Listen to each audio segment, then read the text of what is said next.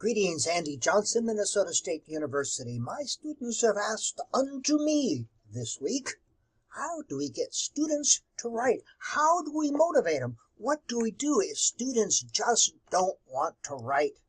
A common dilemma. So I'm going to throw some ideas out there, maybe to get you thinking differently. But to be a human being is to have ideas. Yes, they're in there. So it's just a matter of how do you get those ideas from in there out into the world? Because if you're a human being, you have this innate desire to share your ideas with others. Writing is sharing ideas. So why is it that some students have trouble finding topics to write about? Because they have ideas in there. And why do some students not want to write?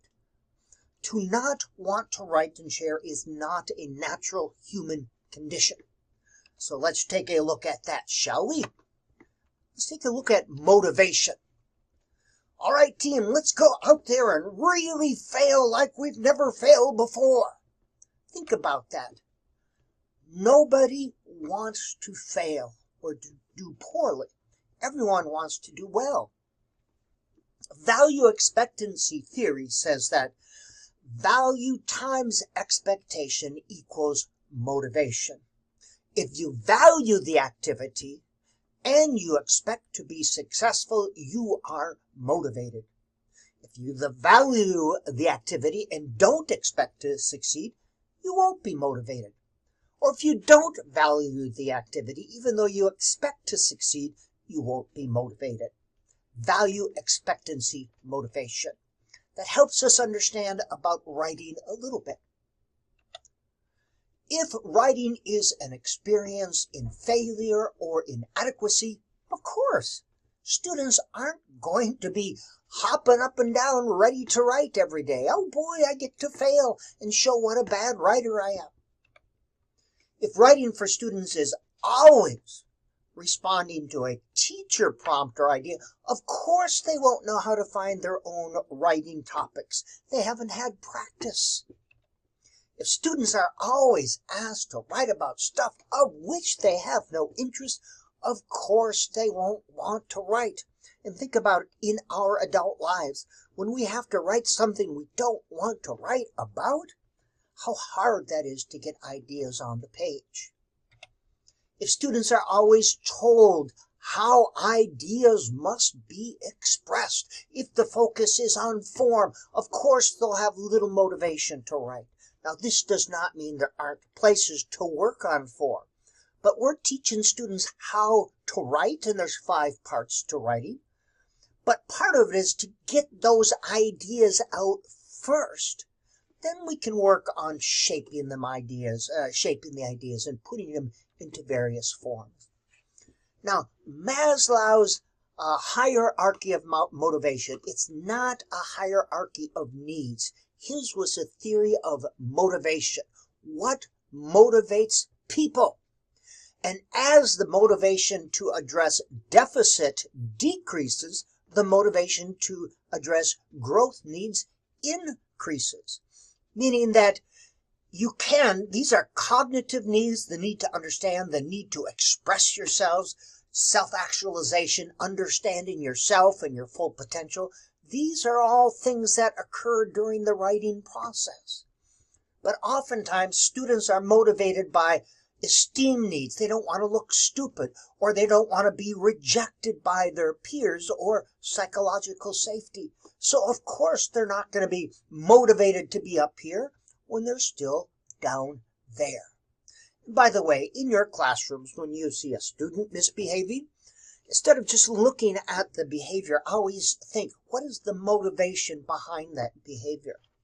Are they trying to address a deficiency need here or a growth need? So, motivating students to write. I will tell you this. External rewards have little persistence. Whether you're giving a mouse a pellet or a student a happy sticker or a book at club, that as soon as a reward disappears, the motivation disappears. And one goal is to try to link the reward to a literacy-related thing. However, internal reinforcers have greater persistence. Writing and sharing is and should be rewarding in and of itself.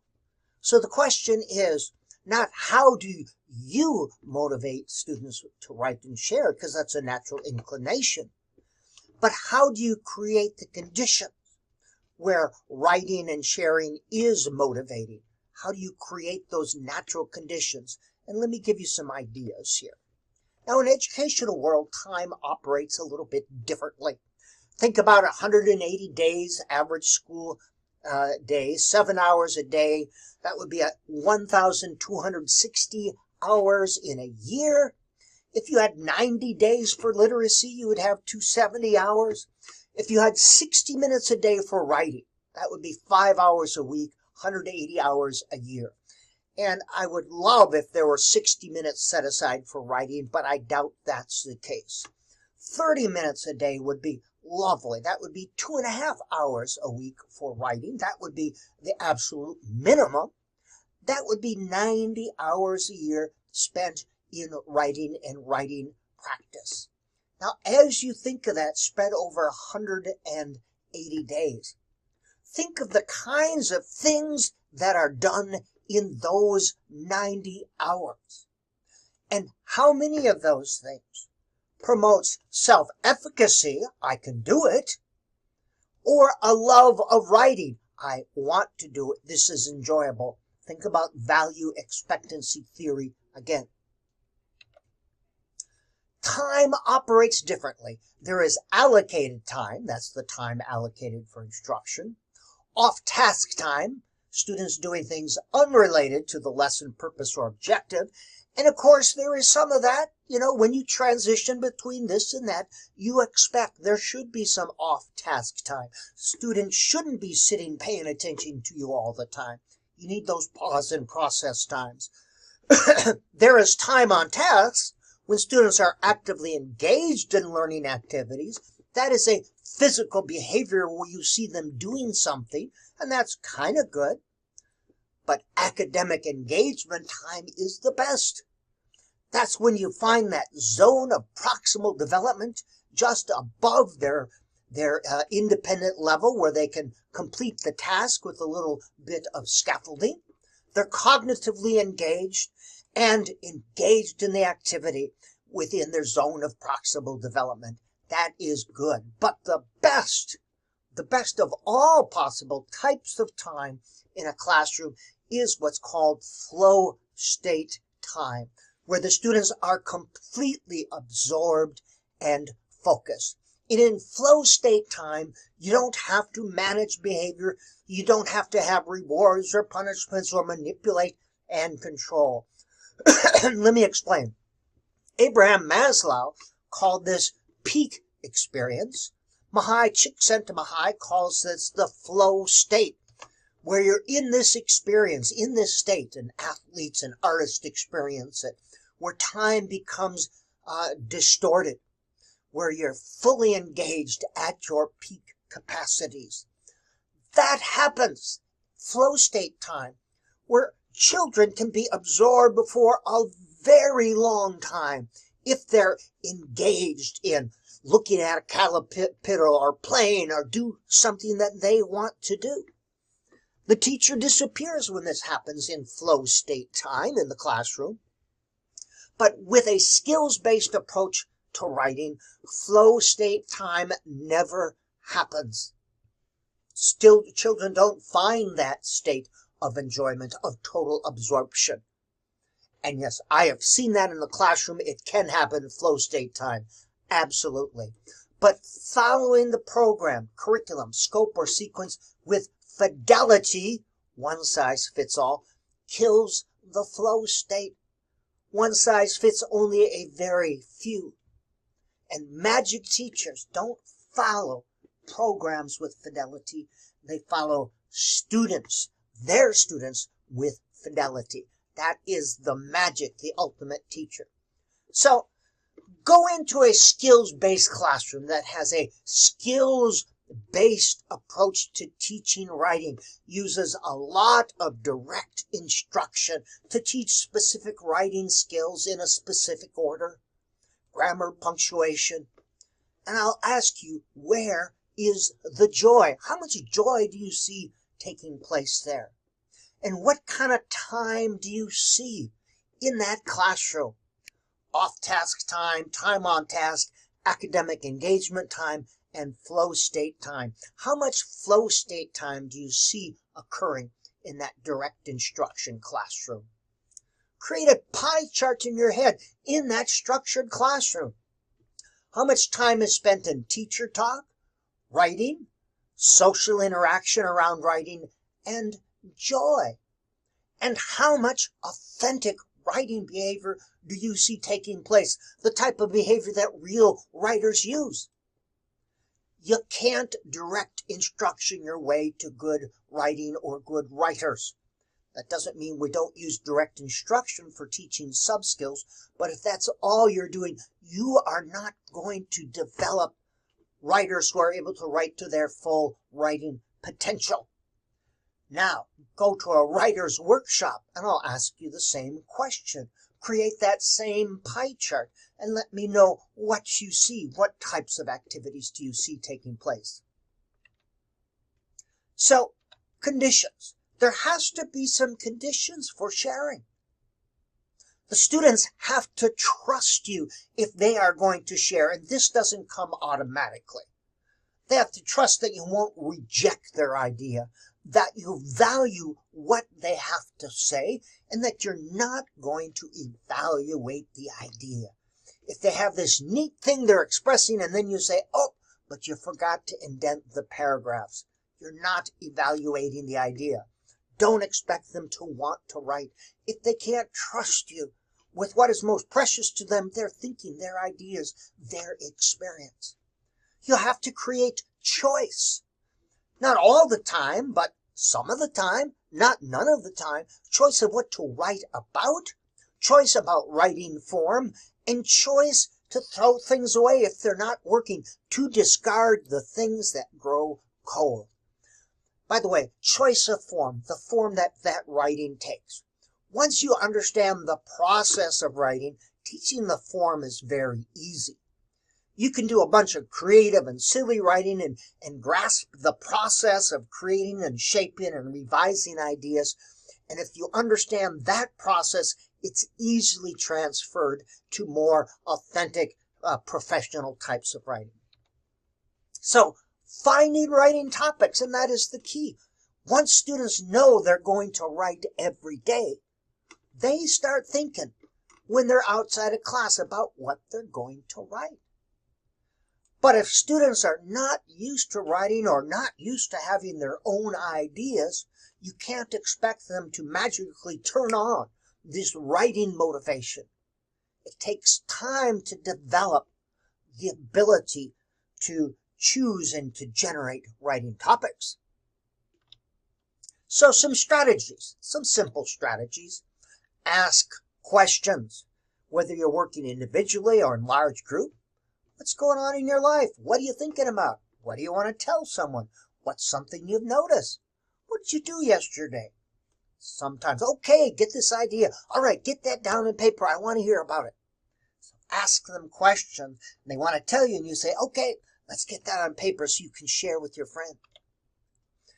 Keep a list in your journal or writing folder.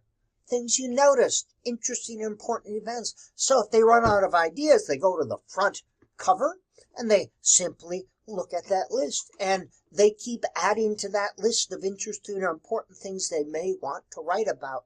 And ideas beget more ideas. I'm going to say that a couple of times.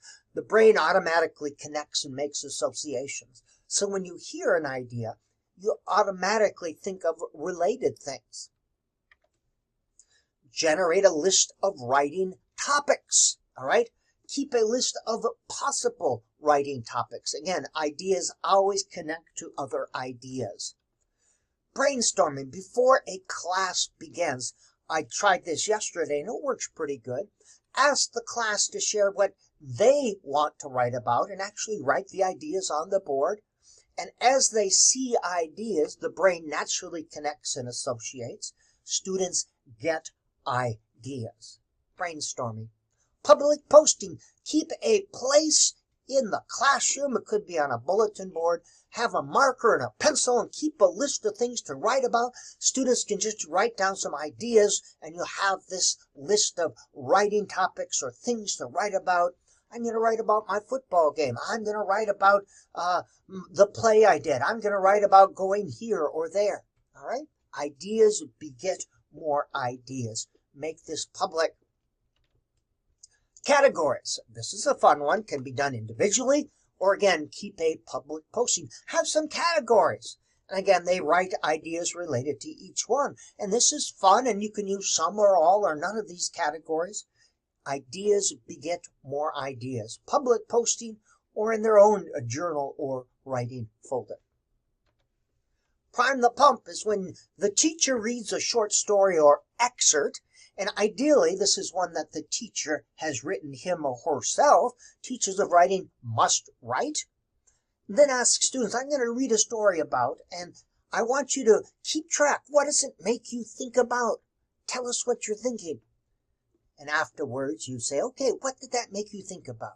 Tell us about a time when you, or what do you want to tell us? Prime the pump. Brain walk. This is with older students. You take the brain out for a walk. You identify a thought or an image or a word, and you use the first word or phrase to capture the idea, and then you move on and you repeat until the page is full.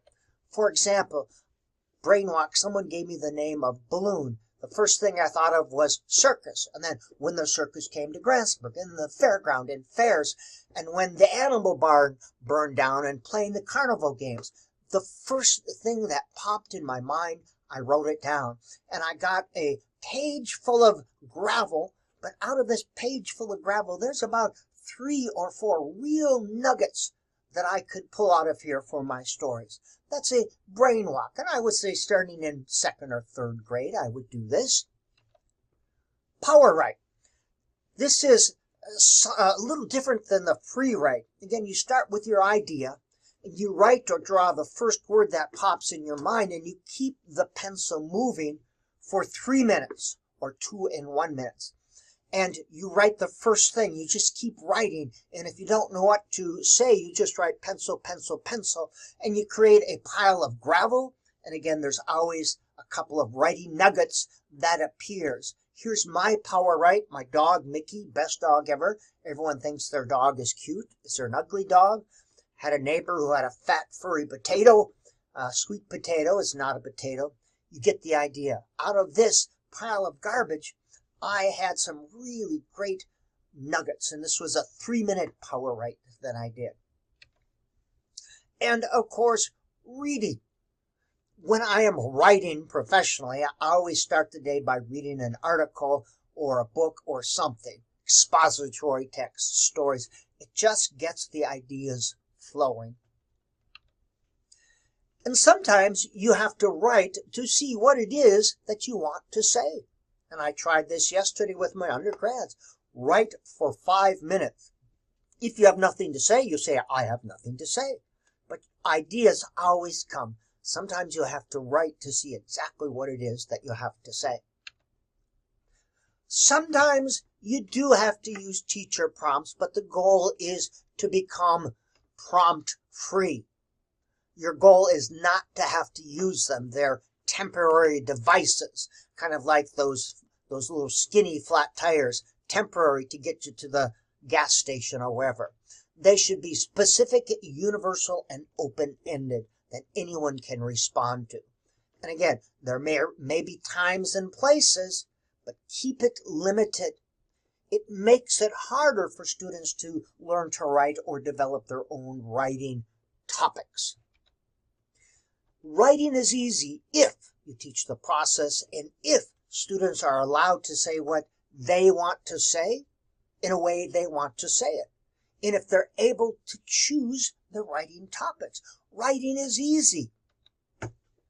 Get children to write from their experiences and expectations. That's called authentic writing, when they're writing about their ideas, their experiences, their expectations. What did you see? What do you think? What do you want to say about? That is inside them. And everyone has had experiences and ideas, and they can write about them. They can put these ideas and experiences into words on paper, and they can share them. That's called being a human being. And teaching writing is much easier and more efficient if students want to write. So you ask the questions, not how to motivate students, but how do we create the conditions whereby students want to write? What do students want to write? What do they want to say? How do they want to say it? How do they want to share? How do they want to respond to each other's writing? These are the questions we ask, and motivation will take care of itself. These are some internal writing prompts that come from within the students, and these are good. And when you come up with a teacher writing prompt, always test them on yourself. If you have trouble responding or writing about it, your students will. Unfinished sentences are sometimes used, especially with younger students. Write just enough to get them writing. Here are some ideas of unfinished sentences. And you get maybe a sentence or two about that, and that's fine. Writing more is not better. You should never or hardly ever say, oh, that's good, go back and add a little bit more detail. Why don't you add a little bit more when a student comes up to you? More words does not make writing better. And in our adult worlds, we are usually asked to make things concise and specific. When students have said what they want to say, ask them to say something else. When students say what needs to be said, they've said it. If students write the absolute minimum, help them find something else to say. Shorter writing is just fine. There are times when you can ask for a minimum number of sentences, and I do this quite a bit. All right, we're going to try to get 2 sentences in our journal today, or with my undergraduates, 6 sentences today. But rigor is different from complexity. And sometimes struggling writers can be overwhelmed by the thought of writing 1 paragraph. So to make writing easier, sometimes I'll say, oh, try to get 1 sentence out today, 1 sentence about. And of course, if you differentiate the number of sentences, you can differentiate in your class because you're going to have writers at varying abilities. All right, these are just some ideas about motivating students and getting them to write.